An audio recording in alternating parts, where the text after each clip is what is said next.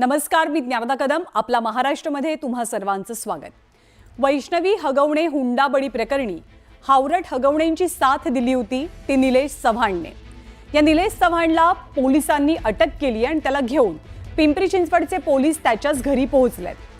जवळपास 1 ते 1.5 तास निलेशच्या घरी झाडाझडती सुरू होती पोलिसांकडनं आणि यावेळेला पोलिसांच्या एका टीम सोबत काही पंचही उपस्थित होते.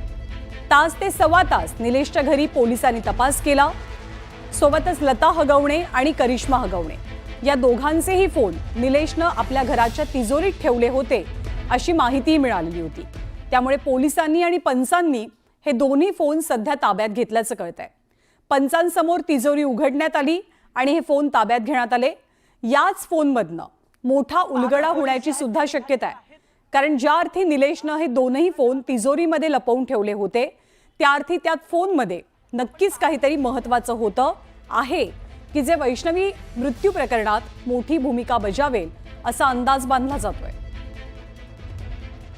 आपले प्रतिनिधी अभिजित पोटे सध्या आपल्यासोबत आहेत अधिक माहिती देण्यासाठी. अभिजित, ही सगळी प्रक्रिया तू पाहिलीस की पोलीस आले, कशी झाडाझडती घेण्यात आली, पंच मगाशी बाहेर पडले, पिशवीत काहीतरी होतं, मोबाईल सोबत आणखी कोणकोणत्या गोष्टी जप्त केल्या गेल्याची शक्यता आहे निलेश चव्हाणच्या घरातनं? ज्ञानदा, आपण पाहतोय की निलेश चव्हाणचं जे कर्वेनगरचं घर होतं, ज्या राहत्या घरी निलेश चव्हाणनी करिश्मा आणि लताचे 2 मोबाईल ठेवले होते, त्या घराचा पंचनामा करण्यासाठी आणि तिथून रादर त्या दोघींचे मोबाईल जप्त करण्यासाठी पिंपरी चिंचवड पोलिसांच्या बावधन पोलिसांची टीम बरोबर 5:45 वाजता जी आहे ती या निलेश चव्हाणच्या कर्वेनगरच्या औदुंबर सोसायटीच्या 4थ्या मजल्यावरती आली होती. तिथून जे आहे ती आता जवळपास 1 ते सव्वा तास सगळा तपास करून ते दोन्ही मोबाईल जप्त करून पिंपरी चिंचवड पोलिसांची टीम बावधन पोलीस स्टेशनला रवाना झालेली पाहायला मिळते. हे जे घर आहे याच घराच्या 4थ्या मजल्यावरती निलेश चव्हाण जो आहे तो राहत होता. याच घरात खरं तर घराजवळ कसपटे परिवार देखील आला होता, ज्यामध्ये बाळाचा ताबा घेण्यासाठी ते आले होते. तिथून निलेश चव्हाणचं नाव या सगळ्या प्रकरणात गोवलं गेलं होतं आणि इथूनच निलेश चव्हाण फरार झाला. 10 दिवस तो फरार होता आणि काल नेपाळ बॉर्डरवरून त्याला अटक करण्यात आली होती. पण आज कोर्टात जी महत्वाची माहिती खरं तर देण्यात आली होती ती माहिती अशी होती की याच निलेश चव्हाणकडे जे वैष्णवी हगवणे प्रकरणातील 2 आरोपी आहेत, लता आणि खरं तर जी नणंद आहे करिश्मा, या दोघींचे मोबाईल या निलेश चव्हाणकडे आहेत. आणि निलेश चव्हाणने देखील कबुली जबाबात सांगितलं होतं की हे जे 2 मोबाईल आहेत ती मी माझ्या तिजोरीत ठेवलेले आहेत आणि तेच मोबाईल जप्त करण्यासाठी पिंपरी चिंचवड पोलिसांची टीम निलेश चव्हाणचं ज्ञानदा हे जे घर दिसतंय या घरात दाखल झाली होती. पंच जे होते ते पंच सोबत होते, जे अधिकारी होते, जे कर्मचारी होते ते सोबत होते. तब्बल 1 ते सव्वा तास खरं तर या सिक्युरिटी डोर आहे याच्यामध्ये निलेश चव्हाणचं घर आहे आणि इथंच जवळपास 1 ते सव्वा तास तपास जो आहे तो पोलिसांनी केलेला आहे. आणि याच घरातून जे निलेश चव्हाणचं राहतं घर आहे याच घरातून मोबाईल फोन्स किंवा इतर इलेक्ट्रॉनिक गॅजेट्स, एक पंच देखील आपल्याला दिसले जे व्हाईट शर्ट घालून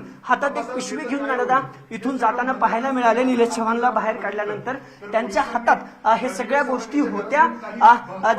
जे आपण पाहत होतो की हेच ते खरं तर घर आहे ज्या घरात 1 ते सव्वा तास पिंपरी चिंचवड पोलिसांची टीम होती, पंच होते आणि आरोपी जो निलेश चव्हाण आहे तो देखील होता. त्यांच्यासोबत सगळा तपास जो आहे तो करायचा आहे आणि या मोबाईलचा महत्वाचा डेटा या मोबाईल मधून गोळा होईल, पुरावा सापडेल असा अंदाज व्यक्त करण्यात आला होता. आणि म्हणून पिंपरी चिंचवड पोलिसांची टीम याच निलेश चव्हाणच्या घरी जे पुरावे आहेत ते जप्त करण्यासाठी दाखल झाली होती. आणि सव्वा तास सगळी कारवाई केल्यानंतर जे 2 मोबाईल आहेत किंवा इतर इलेक्ट्रॉनिक गॅजेट्स आहेत निलेश चव्हाणचे ते देखील बावधन पोलिसांनी जप्त केल्याची माहिती आता मिळते. 1 तास हा सगळा तपास झाला आणि त्यानंतर निलेश चव्हाणला घेऊन बावधन पोलीस आता खरं तर रवाना झालेले आहेत. 3 जून पर्यंत कोठडी आहे आणि ज्ञानदा या 3 दिवसात मोठा तपास या सगळ्या प्रकरणी करायचा आहे, कारण सह आरोपी आहे वैष्णवी हगवणे प्रकरणातला हा निलेश चव्हाण. आणि याचं संभाषण वैष्णवीच्या मृत्यूच्या 2 दिवस आधी या हगवणे कुटुंबाशी याचं संभाषण झालं होतं आणि हे सगळं संभाषण काय होतं त्याचे कॉल सीडीआर काढायचे आहेत आणि म्हणून ही कोठडी महत्वाची होती. आणि त्या अनुषंगाने कोठडी मिळाल्या बावधन पोलीस त्याला घेऊन इथे आले होते आणि तपासचा जो भाग आहे त्यामध्ये मोबाईल आता जप्त करण्यात आलेले आहेत. ज्ञानदा, बरोबर आहे. निलेश चव्हाणचा रोल या सगळ्या प्रकरणामध्ये नेमका काय आहे आणि मोबाईलचे चॅट, कारण हे मोबाईल खूप मोठे पुरावे ठरू शकतात.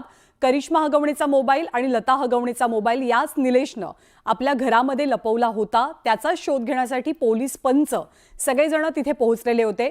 अभिजित वेळोवेळी ताजी माहिती जाणून घेत राहू. तुर्तास धन्यवाद या सगळ्या माहितीबद्दल, अपडेट्सबद्दल.